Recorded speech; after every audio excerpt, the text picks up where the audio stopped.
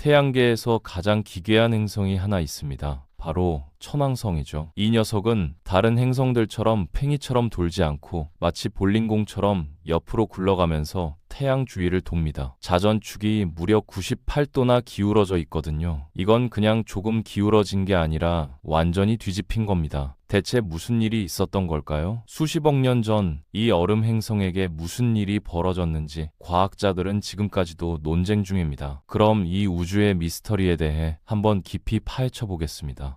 다른 행성들을 먼저 봅시다. 목성은 겨우 3도 기울어져 있고 해왕성도 28도 정도밖에 안 됩니다. 지구도 23.5도 기울어져 있어서 사계절이 생기는 거죠. 그런데 천왕성은 98도입니다. 거의 완전히 옆으로 누워버린 겁니다. 이게 얼마나 이상한지 상상이 되시나요? 마치 누군가 천왕성을 잡고 억지로 뒤집어 놓은 것처럼 보입니다. 천문학자들은 이 현상을 보고 수십 년 동안 머리를 싸맸습니다. 이런 극단적인 기울기를 설명하는 가장 오래된 이론은 간단했습니다. 약 40억 년 전쯤 태양계가 막 형성되던 시기에 거대한 천체가 천왕성에 충돌했다는 겁니다. 지구만 한 크기, 아니 어쩌면 그보다 더 큰 물체가 천왕성을 정통으로 때렸고 그 충격으로 행성 전체가 뒤집혔다는 거죠. 1990년대 초반에 과학자들이 처음 컴퓨터 시뮬레이션을 돌렸을 때도 이 이론이 가장 유력해 보였습니다. 지구 질량의 1배에서 3배 정도 되는 충돌체면 충분히 천왕성을 기울일 수 있다고 계산됐거든요. 하지만 여기서 심각한 문제가 하나 발견됐습니다. 행성 전체를 뒤집을 만큼 강력한 충돌이라면 천왕성 주변을 도는 위성들도 완전히 엉망이 됐어야 했습니다. 위성들이 제멋대로 날아다니거나 아예 우주 밖으로 튕겨나가거나 최소한 궤도가 심하게 찌그러져야 정상이죠. 그런데 실제로는 어떤가요? 천왕성의 위성들은 지금도 행성 적도 주위를 거의 완벽한 원을 그리며 평화롭게 돌고 있습니다. 마치 아무 일도 없었던 것처럼요. 이건 말이 안 되는 겁니다. 2012년에 프랑스의 천체 물리학자 알레산드로 모르비델리와 그의 연구팀이 새로운 해법을 내놨습니다. 한 번의 충돌이 아니라 최소 2번의 충돌이 있었다는 겁니다. 첫 번째 충돌로 천왕성이 어느 정도 기울어지고 주변의 먼지 원반이 파괴됐습니다. 그 다음 두 번째 충돌이 와서 행성을 완전히 뒤집어 버렸죠. 그런데 중요한 건 이 두 번째 충돌이 일어난 시점입니다. 이때쯤이면 첫 번째 충돌로 생긴 파편들이 새로운 원반을 만들었고 이 원반이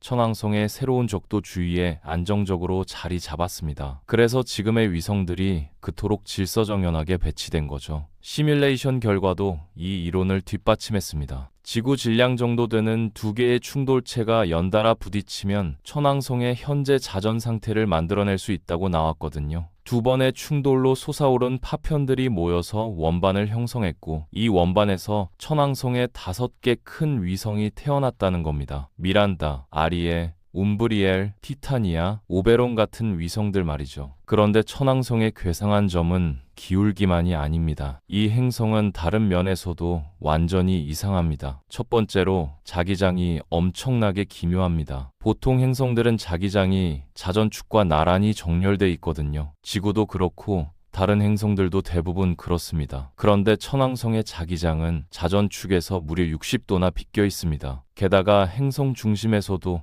한참 떨어진 곳에 위치해 있어요. 마치 누군가 자석을 행성 안에 대충 던져 넣은 것 같은 모양새죠. 두 번째 미스터리는 열입니다. 정확히 말하면 열이 없다는 게 문제거든요. 목성, 토성, 해왕성 같은 거대 행성들은 모두 태양에서 받는 것보다 더 많은 열을 방출합니다. 행성이 처음 만들어질 때의 열이 아직 남아있기 때문이죠. 그런데 천왕성만 유독 차갑습니다. 거의 열을 내뿜지 않아요. 마치 수십억 년 전에 누군가 스위치를 꺼버린 것 같습니다. 2018년에 영국 더럼 대학교의 제이콕 카가리스 연구팀이 슈퍼컴퓨터로 엄청난 시뮬레이션을 돌렸습니다. 1억 개가 넘는 입자들의 움직임을 추적하면서 지구 크기의 천체가 천왕성에 충돌했을 때 실제로 무슨 일이 벌어지는지 재현했죠. 연구팀은 충돌체의 크기, 각도, 속도를 바꿔가며 50가지가 넘는 다양한 시나리오를 테스트했습니다. 그리고 놀라운 결과를 얻었습니다. 지구 질량의 2배 정도 되는 충돌체가 30도에서 45도 각도로 비스듬하게 천왕성을 쳤을 때 모든 게 설명됐습니다. 충돌체의 단단한 암석 부분은 천왕성 깊숙한 곳으로 가라앉았지만 얼음과 에너지는 중간층에 머물렀습니다. 중심부에서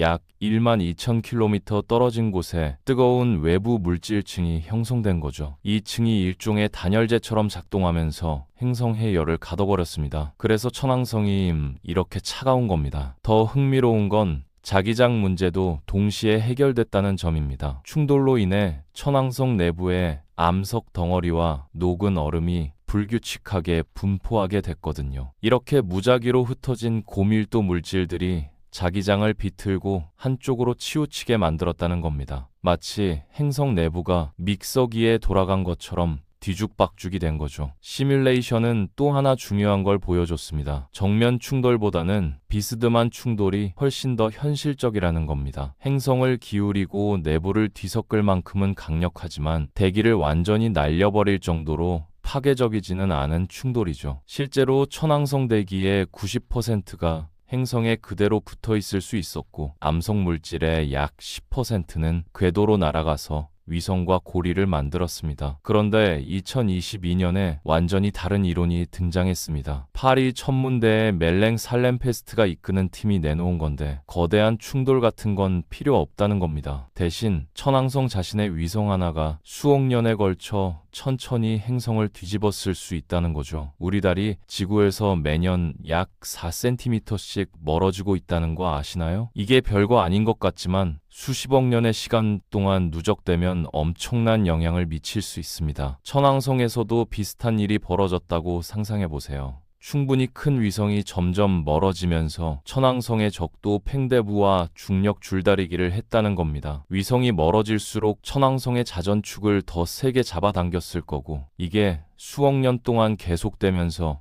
행성이 서서히 기울었다는 거죠. 핵심은 스핀 궤도 공명이라는 현상입니다. 그네를 탄 아이를 생각해 보세요. 적절한 타이밍에 적절한 리듬으로 밀면 작은 힘으로도 그네를 점점 높이 올릴 수 있습니다. 마찬가지로 위성의 공전 주파수가 천왕성 자전축의 세차 운동 주파수와 공명하면 그 효과가 시간이 지나면서 어마어마하게 증폭됐을 겁니다. 시뮬레이션에 따르면 우리 달의 절반 정도 질량을 가진 위성이 천왕성 반지름의 10배 이상 바깥으로 이동하면서 행성을 점진적으로 기울일 수 있었다고 합니다. 이 과정은 수억 년, 어쩌면 수십억 년이 걸렸을 겁니다. 하지만 일단 시작되면 멈출 수 없었을 거예요. 가장 극적인 부분은 마지막에 나타납니다. 천왕성이 약 80도쯤 기울어지면 시스템 전체가 불안정해지거든요. 위성의 궤도가 심하게 흔들리기 시작하고 결국 위성이 천왕성에 충돌하면서 행성을 현재의 98도 자세로 고정시킵니다. 마치 위성이 자기 임무를 다하고 스스로를 희생한 것 같죠. 이 이론은 왜 천왕성이 목성의 가니메데나 토성의 타이탄 같은 거대 위성을 갖고 있지 않은지도 설명해 줍니다. 천왕성의 거대 위성은 행성을 기울이고 나서 사라져버렸다는 겁니다. 결국 지금까지 두 가지 큰 이론이 있습니다. 하나는 거대 충돌 이론이고 다른 하나는 위성 이동 이론이죠. 둘 다 설득력이 있습니다. 그런데 어느 쪽이 맞는지 어떻게 알 수 있을까요? 답은 천왕성을 직접 탐사하는 수밖에 없습니다. 천왕성과 해왕성은 우리 태양계에서 가장 덜 탐사된 행성들입니다. 보이저 2호가 1986년에 잠깐 스쳐 지나간 게 전부거든요. 과학계는 2020년대 초반부터 본격적으로 천왕성 탐사 계획을 논의하기 시작했습니다. 천왕성 궤도선을 보내면 이 모든 미스터리를 풀 수 있을 겁니다. 행성의 중력장을 정밀하게 측정해서 내부 구조를 파악할 수 있고 대기 성분을 분석해서 충돌체의 흔적을 찾아낼 수 있습니다. 위성들의 나이와 구성 성분을 자세히 조사하면 그들이 어떻게 만들어졌는지도 알 수 있죠.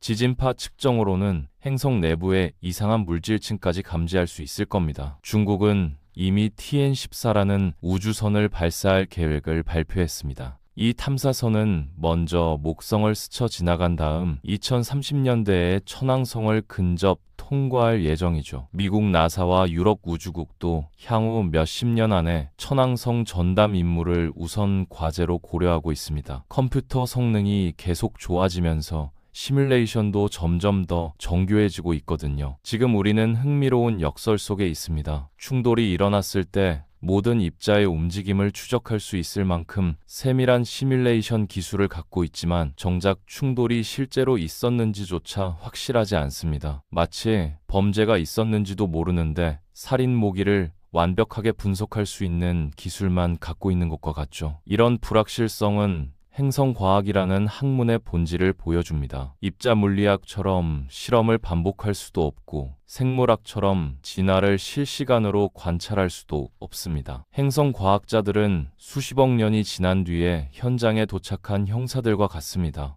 유일한 증거는 기울어진 행성, 비틀린 자기장, 그리고 너무나 질서정연하게 공전하는 위성들 뿐이죠. 충돌 이론이 맞다면 천왕성의 푸른빛 메탄 구름 아래 깊은 곳 어딘가에 외계 물질층이 존재할 겁니다. 충돌체의 잔해가 40억 년이 지난 지금도 우주의 지문처럼 남아있는 거죠. 중심부에서 약 1만 2,000km 떨어진 곳에 말입니다. 반대로 위성 이성 이동 이론이 맞다면 그런 층은 없을 겁니다. 대신 훨씬 더 균일하게 섞인 내부 구조를 갖고 있겠죠. 천왕성의 비밀은 단순히 한 행성의 과거만을 보여주는 게 아닙니다. 우주 전체에서 행성의 안정성이 얼마나 흔한지 아니면 얼마나 드문지를 알려줄 열쇠입니다. 만약 거대한 충돌이나 떠도는 위성만으로도 행성을 뒤집을 수 있다면 우리 태양계처럼 안정적인 시스템은 예외적인 행운일 뿐입니다. 우리가 발견하는 외계 행성들 대부분이 격렬한 과거를 갖고 있을 수도 있다는 얘기죠. 실제로 케플러 우주망원경과 테스 탐사선이 발견한 결과를 보면 천왕성이나 해왕성 크기의 행성들이 은하계에서 가장 흔한 외계 행성 중 하나입니다. 만약 얼음거대 행성 형성 과정에서